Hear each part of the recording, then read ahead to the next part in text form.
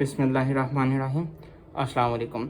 आज हम एक साइट पर मौजूद हैं जहां पे ट्राउन का ये इन्वर्टर लगा हुआ है जो कि रीवो मॉडल है और ये एक सिंगल आउटपुट इन्वर्टर है। इसमें हाई लोड और लो लोड स्मार्ट लोड की सेटिंग इसमें मौजूद नहीं है।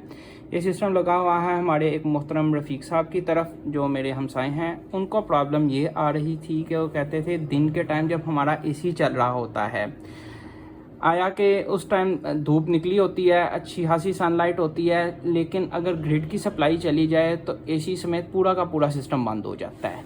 तो इस मसले के सिलसिले में उन्होंने मुझे बुलाया था, इस सिस्टम को एग्जामिन किया और इसके अंदर जो मसला निकला वो आपसे शेयर करने जा रहा हूँ। क्योंकि ये एक सिंगल आउटपुट इन्वर्टर है, लिहाजा ये हाई लोड बंद नहीं करेगा। लोड अगर इससे मैनेज नहीं होगा तो ये पूरा का पूरा लोड बंद कर देगा। तो इसकी सेटिंग में जो हमें प्रॉब्लम मिली वो ये थी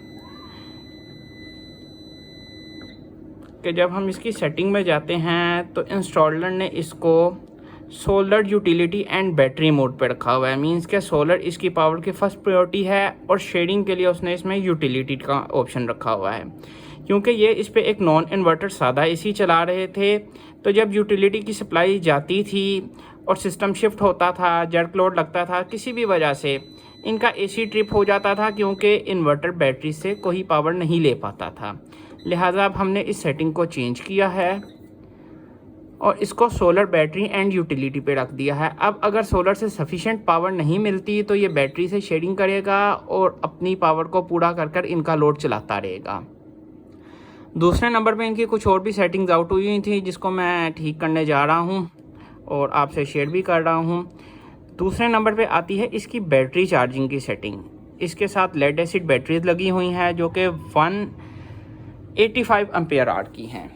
4 बैटरीज लगी हुई हैं, फिर 48 वोल्ट पे ये सिस्टम ऑपरेट होता है। लेकिन इसके लिए चार्जिंग रखी गई है 60 एम्पेयर की, जो बहुत ज़्यादा है। इसकी वजह से बैटरीज का फ्लूइड उबल उबल के बाहर आ रहा था और बैटरीज की लाइफ भी डिस्टर्ब हो रही थी। तो बेहतर है कि इसको चार्जिंग को मैक्सिमम 30% रखा जाए, क्योंकि एकदम चार्जिंग बिल्कुल कम करने से मे बी बैटरीज डिस्टर्ब हो जाएं। 20 एम्पेयर इसके लिए बेस्ट सेटिंग है, लेकिन फिर भी हम इसे 30 पे रख रहे हैं क्योंकि पहले बहुत बल्क एम्पेयर पे चार्ज हो रही थी। अगर इनके एम्पेयर एकदम कम किया जाए तो एन मुमकिन है कि बैटरीज अपनी परफॉर्मेंस डिस्टर्ब ना कर दें। उसके बाद अगली इसकी सेटिंग है जिसमें सेटिंग सेव हुई है APL की। APL की सेटिंग से मुराद ये है कि जैसे हमारे घरों में पहले आम यूपीएस आते थे और उसमें एक सेटिंग होती थी कि जब लाइट जाती थी तो बगैर कंप्यूटर रीस्टार्ट हुए उसको लोड को शिफ्ट करवा दिया जाता था। इन्वर्टर्स में सेटिंग को करने के लिए हमने इसको APL से UPS की सेटिंग पर रखना है।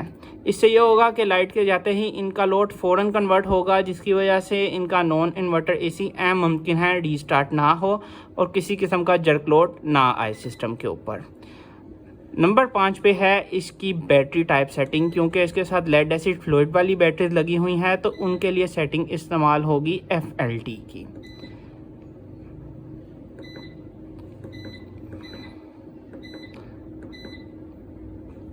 यूटिलिटी की चार्जिंग इसमें 30 एम्पेयर की सिलेक्ट की गई है और चार्जिंग रखी गई है सोलर एंड यूटिलिटी से। हम चार्जिंग को सोलर एंड यूटिलिटी पे ही रहने देंगे क्योंकि ये स्मार्ट लोड के साथ नहीं है, तो इसमें बैटरीज का हर टाइम चार्जिंग पे होना फुल होना ज़रूरी है। लेकिन हम यूटिलिटी की चार्जिंग को बिल्कुल स्लो कर देंगे ताकि इनका बिल कम से कम आए। तो ये कुछ इसकी सेटिंग है, ये हमने कर दी हैं।